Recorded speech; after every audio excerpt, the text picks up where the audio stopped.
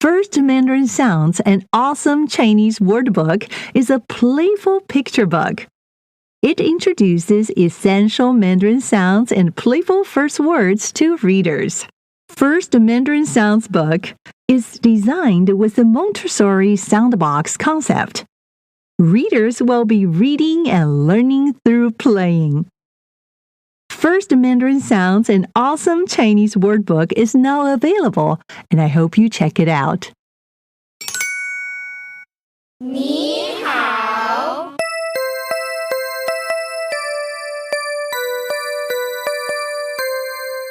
I'm Amanda Hsiung-Blodgett, Miss Panda, and this is Playful Chinese, a show about Chinese language, cultures, and stories of learning Mandarin Chinese. And I so believe that so many things for children's learning, at least from my own experience, need to come from within. And of course, there needs to be some amount of parents encouragement so we don't just drop out immediately. But I don't think that when I was young, I had the practical application of why I was going to Chinese school, except that I was just supposed to go. Part of the accessibility is that the books you want are just fun and play-based. So the kids feel like they're playing, not that they're, doing a workbook or, they have to force them. It's anywhere they tap on any page, even the cover, they're going to hear something. They're going to hear words. They're going to hear phrases. They might hear a sound effect. They might have a hidden surprise. So it's just very engaging. On the show today, we have Hanna and Anne-Louise, the two mom founders of Habbi. They make language learning accessible to families. Hanna went to the weekend Chinese school when she grew up, but for her, it was not a favorite experience. Anne-Louise learned French growing up, then picked up everyday Chinese when she worked in China. Together, they've created Habbi to make teaching Chinese and Spanish through play accessible. Well, just saying happy makes me happy. So I know you both are really good friends, and then you started this business together. How did you meet each other? Oh, we met actually a long time ago now. We actually were both consultants right after school, right after college. And we were staffed on different projects in the middle of Minneapolis in the wintertime. So it was a good bonding experience then. But our friendship really grew when we lived in Shanghai together in back 2007, 2008. And we were both working in Shanghai and living there with friends, and how we really got to solidify our friendship. And then when you went there, I'm curious, Hanna and Louise, were you both familiar with the Chinese language when you relocated to China? So I grew up, my parents are Taiwanese, and I grew up learning Mandarin or hearing Mandarin, and also going to, so many ABCs, going to Chinese school on Saturdays. But I think that it was actually through college, and I met a bunch of Singaporeans and Southeast Asian and international students from Hong Kong and things like that, where they felt truly, truly bilingual. There's a difference when you hear home speak at home, 我要去洗澡, or, 吃个饭, something like that. But when you really feel that was the first time I felt wow, these people are so bicultural. And that's when I started really having a personal, beyond family, personal interest in learning Chinese. And so, and Anne-Louise can speak to why she also went to Shanghai. We actually went there independently. So yeah, she was in New York and I was in the San Francisco office. And I remember saying, I grew up in the Bay Area. I went to school in the Bay Area. I really need to get out and I really want to go work somewhere different. And by work different, I want to go to a different country. So I want to go work in the China office.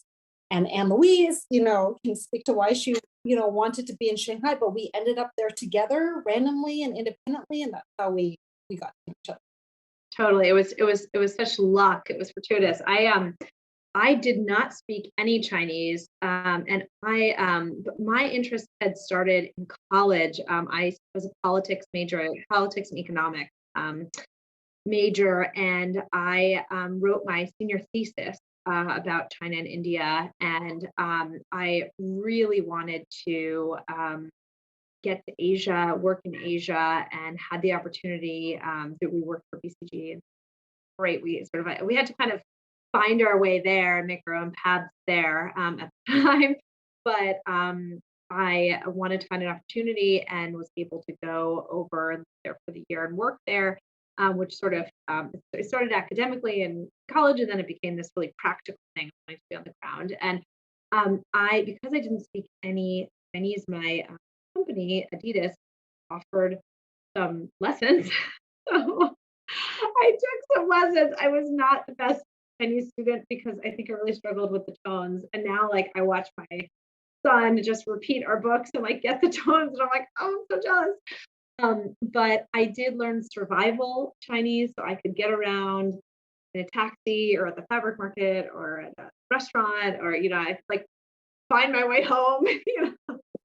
Well, I think those are great stories to see how we learn a language and the environment, how the environment can impact us and lead us away to be curious about the language. And it's so interesting, Hannah, when you talk about the Chinese school. I'm familiar with that, and then I remember all my cousins have to go through all that. Oh, was it fun for you? What was your kind of memory of the Chinese school? So I feel like I had a very typical experience. And so I have very strong opinions about Chinese school now, but not to say that they're right. Obviously, everyone has their own opinion. But my experience was that I went every Saturday morning. So it's not necessarily the thing that you want to do on Saturday morning. I always did my homework on Friday night, with my parents who, did, obviously basically help me through the homework. And I spoke to all my friends in Chinese school in English. So I didn't, I kind of crammed enough, words in my head in order to pass the test for that day. So relying on a lot of short-term memory. And I do think there were some good things. For example, I did Malpits, the calligraphy as some extra supplemental classes, which is cool to say like, oh, I can do a little bit of calligraphy. It's not very good, but I know how to write it. But I do think that I wish that it wasn't forced. And I so believe that so many things for children's learning, at least from my own experience, need to come like from within. And of course, like there needs to be some amount of parents like encouragement so we don't just drop out immediately. But I don't think that when I was young, I had the practical application of why I was going to Chinese school, except that I was just supposed to go. And I know so many people who are in Chinese school who don't speak Chinese, who probably only until they have kids now think, oh my gosh, I wish I learned Chinese better, right? Because now they think of a practical application. So I think like if my suddenly said, I want to go to Chinese school, obviously I would be very supportive. And there are some immersion programs that I think are very interesting. But I think Chinese school for the sake of Chinese school by itself, kind of just like memorization is sometimes hard. I would try to find a different way to at least make sure they really want to do it. And for Anne-Louise, how about you? Were you growing up with a different language, or you talk about you learned some Chinese when you were in China? That was very practical. I thought that was quite amazing because there is a need, so you want to learn. Right. Exactly. Yeah, no, I mean, so, and I'll come back to it because I grew up learning French in school, and then I actually worked in Paris, but, spoke there. So again, a practical need, but with Chinese, it was all about practicality and getting around and doing things with my friends and wanting to be able to, take the subway and be able to say, excuse me, or, so that was a really highly practical and much less academic, path. And yeah, I was first exposed to Spanish in grade 1. I was lucky enough to go to a school that started it pretty early. Switched to French in grade 4, and then I continued French all the way through college. I did a minor in it through college, And again, my college had a program in France, so I was able to get a job at a PR firm in Paris, which like sounds so glamorous. I mean, I was just, I was actually helping do a lot of translation between English and French as my job. But that was wonderful because the immersion experience really got me to the fluency. I like got over to that level where you start like dreaming in French, where you start, you start thinking in, the other language versus just being like, what is the word for, and so like Hanna talks about, just having that like intrinsic desire or passion for the language was wonderful and really propelled me, I think, to fluency in French. I've since lost a lot of it. And I need to, like, I feel like when I'm there, when I hear it, I get it back. But now I'm actually doing Spanish. So my husband is Latino by heritage, or at least half, and studied Spanish in school and studied abroad, and so speaks a little bit of Spanish. And we wanted our kids to learn, and so they go to a Spanish preschool. So I am trying to learn some Spanish along with them, and the books have been incredibly helpful for me, especially with being able to hear the accent. In the beginning, I really struggled a lot trying to speak French when I was speaking Spanish, trying to pronounce something in a French way versus Spanish. And now over time, I'm listening and absorbing with that. Yeah. So this is really interesting. So your own language learning experience of when you were younger, and now you have your own kids, and you, Anne-Louise, you talk about how your kids, are, they are able to pick up the tones, Chinese or the Spanish, the accent. So now, what's the language, family language, kind of combination when you all of you together as a family? What languages do you use on a daily basis? So for us, we are an English, speaking household, but we try to bring Spanish in and incorporate it in ways that are, I would say, like approachable and practical for us. So for example, like around mealtime, we'll try to use the Spanish words. So it's like leche, not milk, or agua. My little one, he says más instead of more, and he wants something to eat, and so, and in other things too, whether, maybe we're getting dressed, or maybe we're using the names of objects around the house. We try to incorporate it. But again, we are still predominantly English. It's interesting. We were just spending some time with my parents this summer, and even like my mom, who speaks no Spanish at all, was trying, because I think she heard me using a lot of Spanish with the kids. And so she'd even try, she'd be like, okay, what's the Spanish word for this? And trying to like bring it in and incorporate it in. So little by little, and just trying to be really practical. The books obviously help so much, and then, trying to apply it in different ways.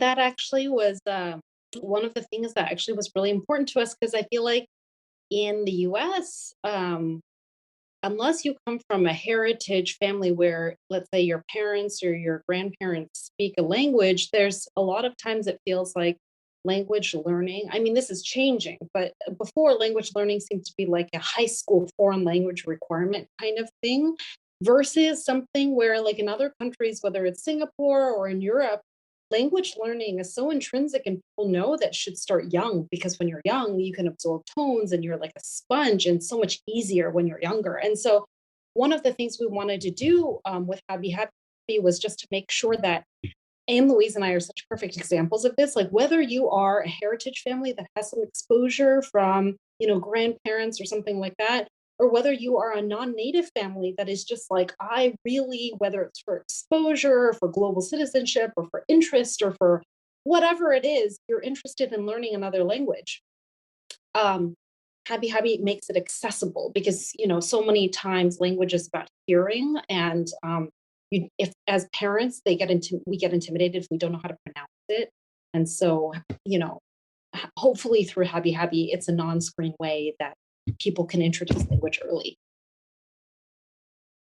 Totally. I think you just mentioned something very interesting about accessibility. I think that's one thing that's so important because we talk about, kids are like sponges, but you have to fill them with that environment, the language environment, so they can be the sponge of absorb. And it's a day-to-day thing. And Anne-Louise, I love your story about your mother, would join in and say, hey, how do you say that in Spanish? And then I think that is very encouraging for kids to see that, grandma is also, speaking the language, the target language. So that is just really beautiful. So for the accessibility for what Habbi has, bringing to the the like almost like a global library. Let me say that because everybody can see this right here. I think what go deeper a little bit later, but at the same time, it's like you are setting up a library for the kids, so it's accessible for the families, no matter they are native speaker of Mandarin Chinese or Spanish for now, because I am hoping more languages will roll out.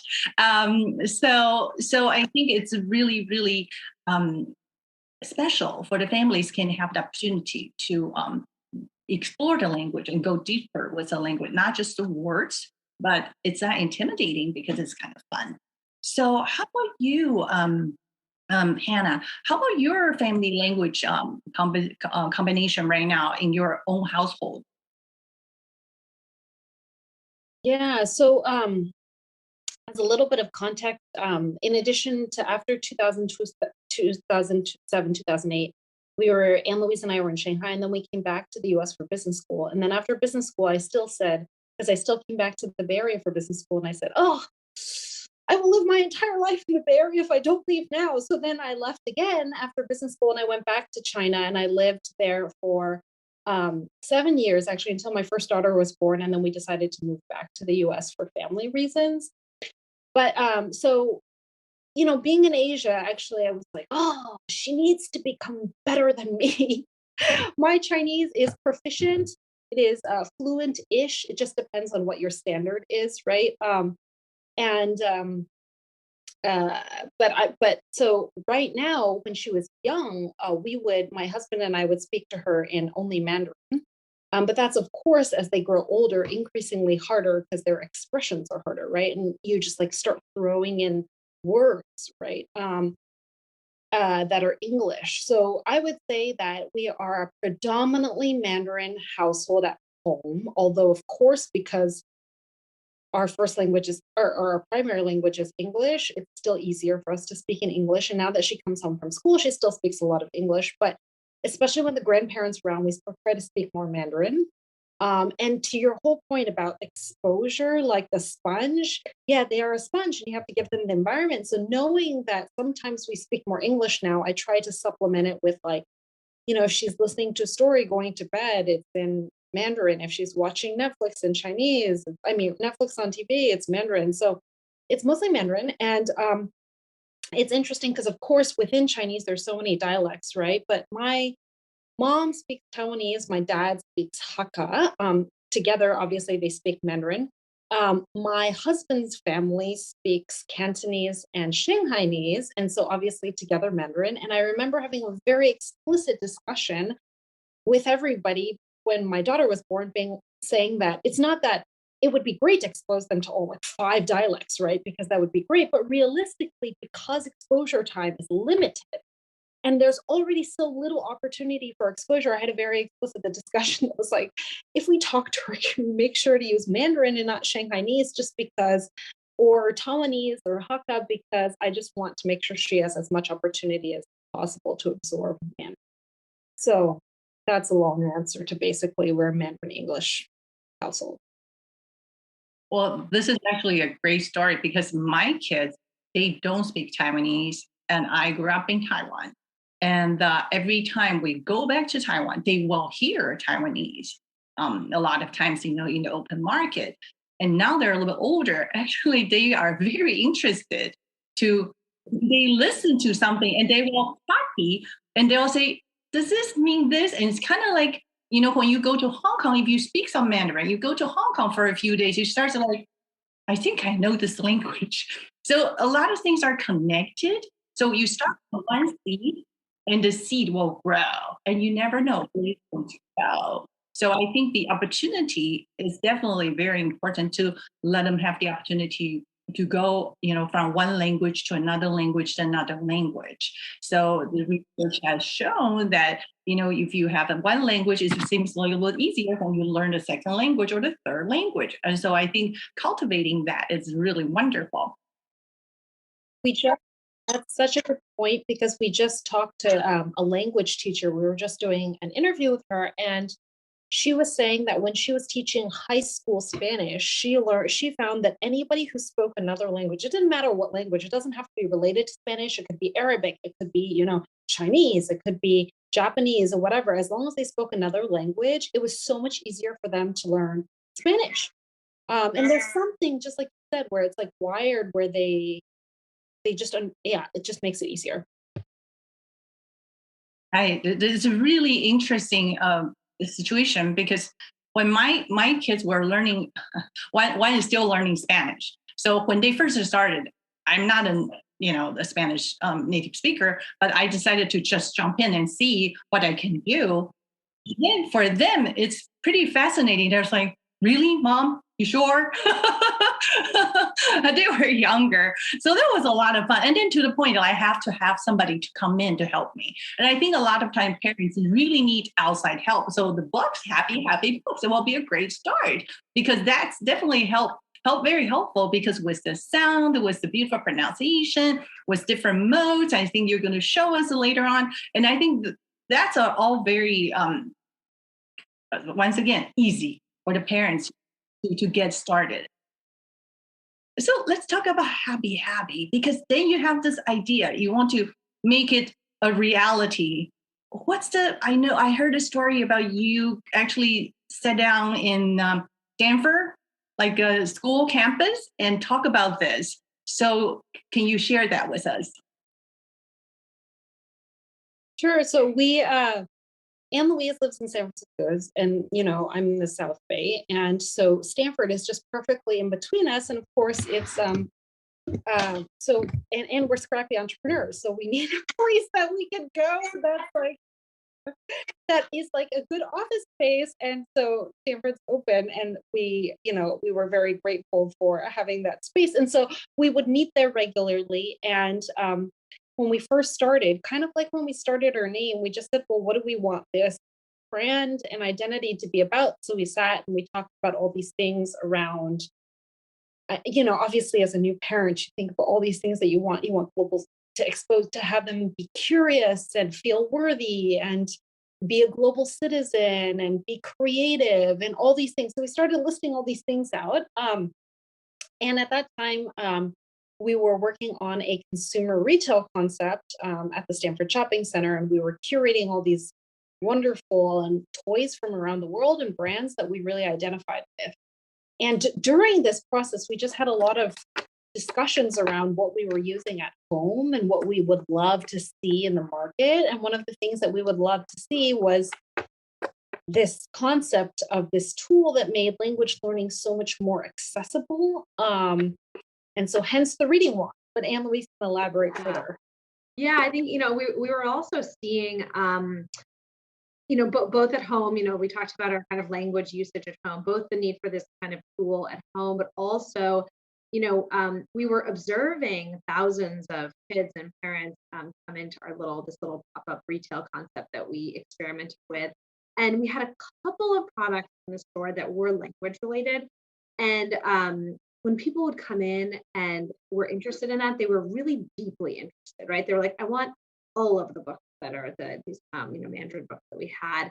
And so we saw it with other families too, that there was a need, I think, for these tools and for things to be fun, right? I mean, you talked about it before about the accessibility. Like part of the accessibility is that the books you want are just like fun and play based. So the kids feel like they're playing, not that they're, doing a workbook or, like you have to force them. It's like anywhere they tap on any page, even the cover, they're going to hear something. They're going to hear words. They're going to hear phrases. They might hear a sound effect. They might have like a hidden surprise. So it's just very engaging and like makes you want to, like, at least for my kids, they'll play with one book and they finish and then they want to do another book, because they want like more of that surprise and that fun. So it really kind of keeps them going. And I think our whole philosophy is like exposure, just like exposure. So get them hearing, get them listening, get them repeating. And that's why we wanted to just make it really fun and engaging. I think this is a really good start. And then I know you had a Kickstarter. And it was phenomenal because I know you have this is the stat I have, correct me if it's not correct. I believe it's a 98 backers, and then funded $58,000, more than $58,000 of the 10,000 goal. What did you see and learn from the parents and their support in this crowdfunding, process? It's very interesting because a lot of times people say, oh, a lot of people have asked us about Kickstarter advice because there are a lot of people very interested in starting their own, whether it's books or flashcards or products, and we've been very happy to talk to people. I think one of the things that we learned is that, Anne-Louise touched on this, but that the community, it's a very targeted community. So it's not like, for example, like a shampoo, which is, everybody needs shampoo. But the intensity of love and desire for a product like this is very, very high.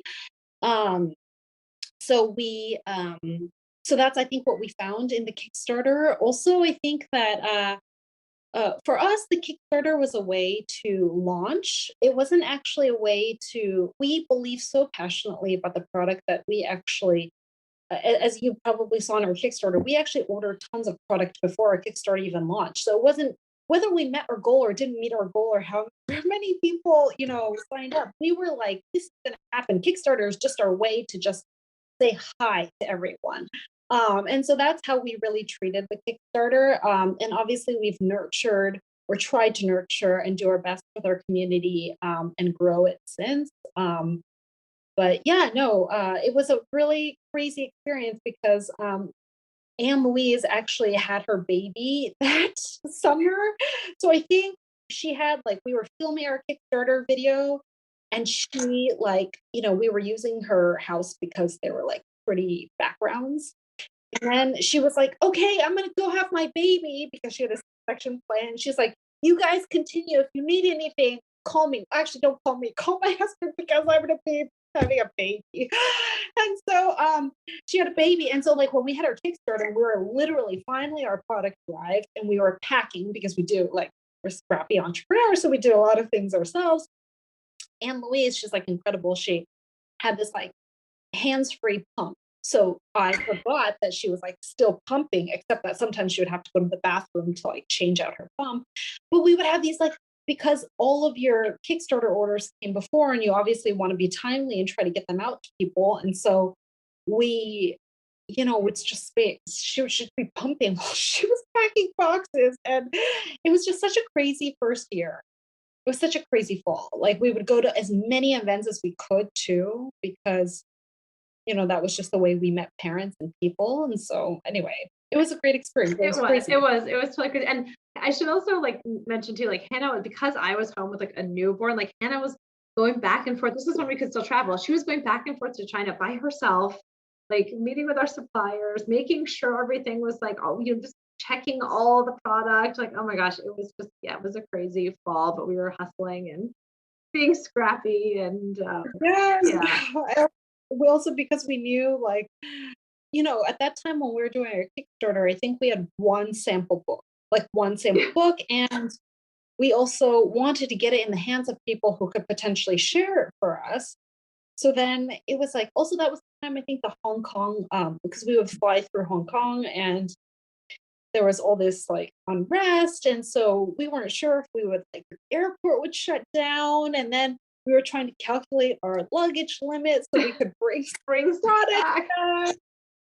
It was very crazy. But on the Kickstarter, one thing we were pleasantly surprised with is people kind of sharing from there. So it was, like Hanna said, it was our way to get out there and to announce ourselves. And of course, many people do Kickstarters almost like a friends and family, supporting. And of course, we were so grateful for that. But we started to see people But we didn't know, sharing about products maybe they had gotten in the Kickstarter or sharing it with friends, about the Kickstarter. And for us, that felt like this, as the word of mouth, like sort of just started to percolate, that was for us just like, I think so exciting, right? I mean, it's like every brand's dream to have people starting to share and talk about it and recommend. And so that's, I think we always goes back to the product. We're like, what do we create in the product to make people love it enough to want to share it and make a shareable moment? So yeah, I think that's something we started to see in the Kickstarter and that we still think about today with product development. What I see when I, saw your Kickstarter, I see the passion of parents, exactly like what Hanna just talked about, a very targeted audience. Yeah. So it's really interesting talking about, it's like a ripple effect, right? Let a small group of people, and they just fall in love with all the books and the language, and they want to share. And then the great story about, Anne-Louise, you were pregnant at that time, and then, going back and forth, packing everything. I think it's very inspiring. Actually, it is like a language learning at home. That's, you go through different stages, and then you bring it to reality. Like kids, if you asked me 15 years ago, say, do you think they can be fluent in, 2 or 3 languages? I will like, I'm trying. But then now, when they can go on summer camp all by themselves in a Chinese speaking community, you're like, wow, they took the bus? Really? Wow, pretty good. You don't see it right there. It's not a sprint, it's a marathon, but we want to make it a beautiful one with the resources. So Habbi is creating a global minded library and books with the audio support. Usually parents, especially, we're talking about the spectrum of parents, right? There are parents, they speak Mandarin as a native language, or there are parents, they speak Chinese as a heritage language, and there are parents, monolingual, but they want to introduce another language to the kids. So how do you say this? How do you say that? So the book, the set, and then a wand, the magic wand. I like how you design it as like a magic wand. So maybe you can show us how that works. And I think people can see the magic in Habbi books. We have here, I'm going to start with this book, which is Animals, Plants, and Places, because so many parents love, their kids love animals, and they start. So when we say it's so easy, welcome, let's start reading. So you just press and hold the button, and we really our goal, like Anne-Louise said, so much thought was behind product. We just really wanted it to make it easy. Press and hold, and then volume up, volume down, and that's really just it. And then you just tap anywhere. That's all you have to do. Animals, plants, and places. 动物、植物和它们的栖息地. And so you just press anywhere. Blue, deer, sandy, forest, 兔子, rabbit. And there are, animal sounds too, which is fun. And so they're discovering. So sometimes people think it's reading, so you're tapping to read, but actually you're just tapping to play, because the whole book can come alive, and there's like musical tunes as well. And then it's very intentional, the contents, even though this is like a seemingly simple animals book, you can learn about different habitats. So each spread is not just animals, it's a habitat. The whole goal, as Anne-Louise said, is just basically exposure, tap, and play. Play is so important, because playing is actually learning for kids. And the funny thing is, playing is learning not just for little kids, even for big kids too. And a lot of times teaching needs to think in a different direction. And then a lot of times, I think when we talk about play-based learning, it's not just for the little ones, because I think the essence of the playfulness, can really make kids be curious about what's going on. I want to learn about that. And then when I talk about Habbi books are global minded, because I think it's just not talking about the language. We talk about the animals. We talk about where they are from, where they live. And then I know you have a new book coming out. It has something to do with panda. So can you share that with us a little bit? Yeah, so we have a new book coming out. We're super excited. This one was actually for us the work of probably like together. Because our book is not just illustration, every inch is tappable. Obviously, every inch needs, if you're tapping the world, it's a geography book, then every inch has to come alive. So no matter how small the country or the choice of city or what illustrations you're using to bring certain countries and cultures alive, we're so excited about that book because it's something as adults, not only because of the values of global citizenship, but also as adults, you're like, gosh, I want my kids to know geography, but I don't know that well myself. Like all of Central Europe is just so hard sometimes, at least for me. And even, for example, in China is so big, and we didn't put just China as one big mass. We put every single province in there. So, Zhejiang and, Henan and all those things. So then when you tap, people can learn more about the country. And we made it also a travel-oriented book. So there are little airplanes to highlight sort of global cities, which is super fun. So we just love the book so much, and we can't wait to share it with people. Well, I think the magic one actually is very magical because you can actually turn it into switch to like the target language mode. For example, only Spanish or only English or only Mandarin Chinese, or you can have the bilingual mode as well. Another book. So this one is called I Love My Body. I love my body. 我爱我的身体. And so this one teaches, again, it teaches basic concepts like, eyebrow. 眉毛 eyebrow, 肩膀 shoulder. But at the same time, it also teaches like affirmational body image concepts. Like, clearly sometimes people are sensitive about their hair. 头发 hair. So we say, my hair is pretty. And so again, and it's also very practical because kids just like tapping all around page, for example, again, affirmational phrase. He has big ears, but he talks about how his ears love music. She has glasses and she talks about how her eyes shine brightly, things like that. So there's like a combination of, sometimes we get the feedback that they're very thoughtful, and we really appreciate that because we did put a lot of thought in the book, and we want it to be, with the premise being exposure, we want it to be both practical in what it's teaching you, because obviously you should know body parts, but also thoughtful in the messages that it's conveying. I think it's a very inclusive. I see the not just the wording, talking about the phrases you're talking about, the sentences, but also the drawing, the illustration. If you see people with different color shape, and I think it's so beautifully embedded. And then I think you're delivering a very wonderful message to the families who are using the book, no matter where they're from, no matter their background. And then I think the kids will be so proud of their heritage and see them, okay, in those illustrations. Okay, even if it's just something new for them, they will see their friends, they will see themselves in there. Yeah, Anne-Louise, you have something to share with us.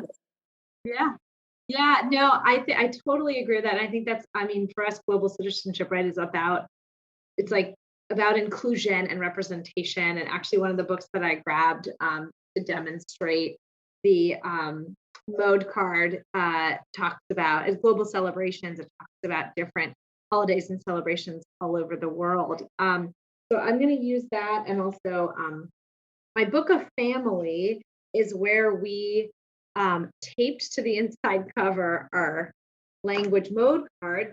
So we talked about the mode card before, which allows you to switch between bilingual mode, which obviously has Spanish and English or Chinese and English, as well as target language only mode.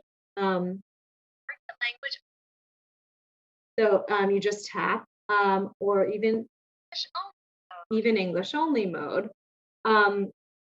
And you can switch back to bilingual mode.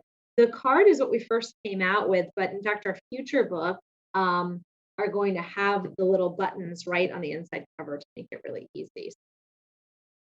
Telling you, it's magical. So from bilingual to the target language, basically the parents have they actually have the opportunity to actually just dedicate one language or two languages. I think comprehension is very important. I think sometimes the kids get frustrated because they don't understand. It's just kind of a little baby. When the baby cannot talk before 1 year old, before they learn how to talk, they cry and they get frustrated. Learning a language is the same. When they have the comprehension, when they can have the support of the language they understand, things become easier and then simpler. And then I think the design of Habbi books, the magical one, I just think they're really, really helpful for little kids. And I think the pronunciation, the printing, the story, everything is a very well crafted. And I think we all know there are many different products, very similar products out there on the market, but Habbi has the quality, very high quality, and then everything is so well designed, and I really love it. And then I think something really touched me when I believe in one story I read about you received a big order from a hospital. Is that correct? Can you share that a little bit? Yeah, absolutely. So it was kind of funny actually. Hannah mentioned we did all these events when we first launched, and one really cold, freezing night in December, we were at a shopping center, and we were about to go home, but we stayed a little extra longer, and this one wonderful woman came up to our table, and we were chatting with her, and she said, I'm part of. She works with a large hospital that has a program for kids in the NICU who are really premature and have all sorts of challenges, health challenges and developmental challenges.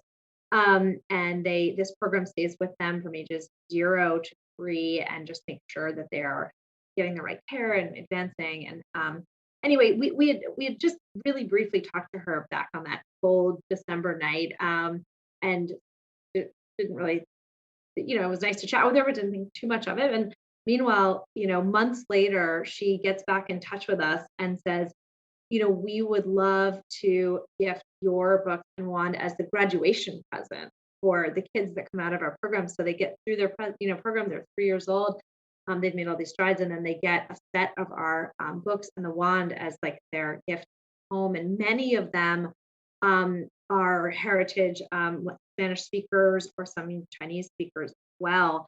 So the books have been just really powerful for that community, and we stay in touch. I just actually saw this lady back in June, and she told me a story actually that I was like, oh, I'm gonna cry, about how they actually ended up gifting one of the sets to an older sibling of a child in the program, and the older sibling was having some trouble connecting with his baby brother because baby brother had to have a lot of tests and had a lot of medical challenges, and the older sibling not only loved his own book and wand for himself as a special gift for him, and now I'm gonna cry, but he started reading to his baby brother using the books and the wand, and it was this way for them to connect. And of course, I was anyway, it is just wonderful to be able to have that kind of impact for families. That's a beautiful story. And then, entrepreneurs, you're two female entrepreneurs who are making change in the lives of children and families, and to pull people together to become, global families and then world citizens. So, so you're mothers, you're raising bilingual kids, you're entrepreneurs, co-founders of Habbi. You're making bilingual education at home possible for families around the world.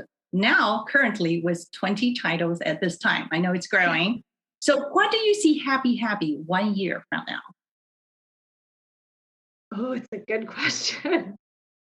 That's so, oh my gosh, I feel like there's so many ways we could bring it. I mean, there's been so many changes, as everyone knows, because nobody could expect COVID and shutdown and all these things.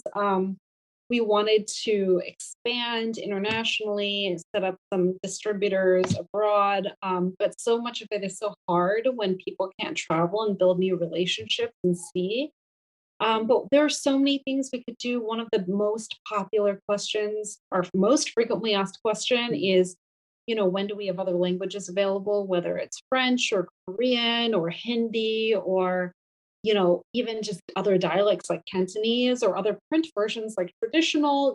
We have so many questions about that. We love, like you said, we love that you reference global library because we also think of ourselves as a global library. We also think of like there's other types of, product extensions off of our product that we could do. There's so many other titles we'd love to build. Yeah, right now we have 20 in 2 languages. So we have 40 SKUs, but we also have 4 coming out soon in 2 languages. So the 8, and we're just so excited about those 2. Yeah, and always the same principle, which is it needs to be easy to use. It needs to be practical in terms of what it's teaching you, and it needs to be just intentional in the messages, and it needs to be joyful in the experience, because otherwise there's no point when it becomes like a chore. And so we always want to make language learning joyful. So, Anne-Louise, do you have anything to add to it?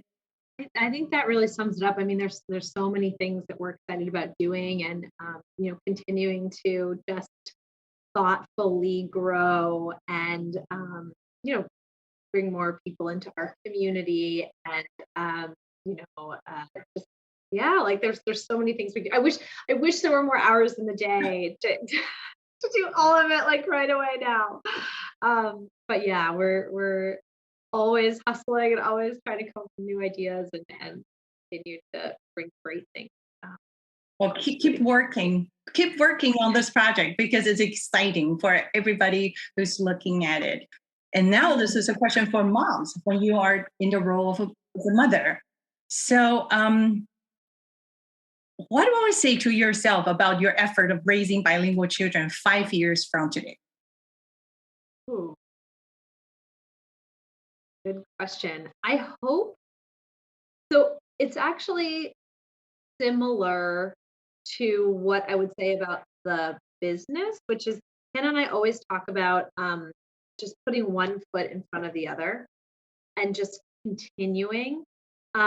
Nothing is done overnight. And I think, good things come with a lot of overnight. I'm not going to be fluent overnight, but I think if I look back in 5 years and say that we consistently continued to learn and tried and looked for ways to make it fun and engaging, whether it's taking a trip somewhere and it's to a Spanish speaking country, or whether it's using the books, whether it's school, whether it's whatever it might be, songs like kind of talked about, and just consistently doing it. I think that's where you see the benefit and see the reward over time. So I hope that I hope that we're just sticking with it and being thoughtful and being consistent. Yeah, I love that. I feel like, you mentioned that it's a marathon and it's not a sprint, but we live like in the day and age where, Facebook and billion-dollar companies, get built in like a month. And so I feel like there's this expectation. We've gotten so many comments where people think there's this like one trick that'll like make the business, or like this one product that will make your kids like amazing. And that's not the case. Anne-Louise and I feel so firmly, and she described it so nicely, that it's just like this accumulation of small steps every day. And sometimes we're like, wow, you guys built so many books, or wow, there are only 2 of you. And it's true, like we like work a lot, we like hustle a lot. But I think it's like the consistency of just like, this week, what are we doing? And if you look at the things that we accomplish per week, probably it's like, but actually in the fullness of time and the accumulation of time, because time passes so quickly, there's just a lot you can get done just from doing something consistently every day. So just like Anne-Louise said, I just hope that we grow with our children, and just hopefully like whether it's both through Habbi, but also just as part of our family culture, just make sure that we continue to make it a priority, and that'll change in the way that it manifests itself, right? It will not necessarily be Netflix cartoons or like Habbi every single night, but it will be in different ways, whether Anne-Louise mentioned through travel or through other types of things. And so we just hope that continues to be an emphasis, and that, and of course, all of the learnings and experiences we have, we will continue to infuse into Habbi as well. That is beautiful. I think let's celebrate the tiny successes every day. Just tiny successes. It's just like for business and also for learning, not just learning for a language, for everything for our kids. I think their kids are magical. So I think that's what we need to do. I always say, let's celebrate the tiny successes. And then more importantly, you mentioned one word, which is so important: consistency. Learning a language, doing the project you want to do, you want to bring it to the world, and you have done that, and you have been doing it because there are more things rolling out. It has been such a wonderful conversation with both of you, Anne-Louise and Hanna, the founders of Habbi. Thank you so much for introducing your wonderful global library with all of our audience and listeners. Thank you for having us. That's Hanna and Anne-Louise, founders of Habbi.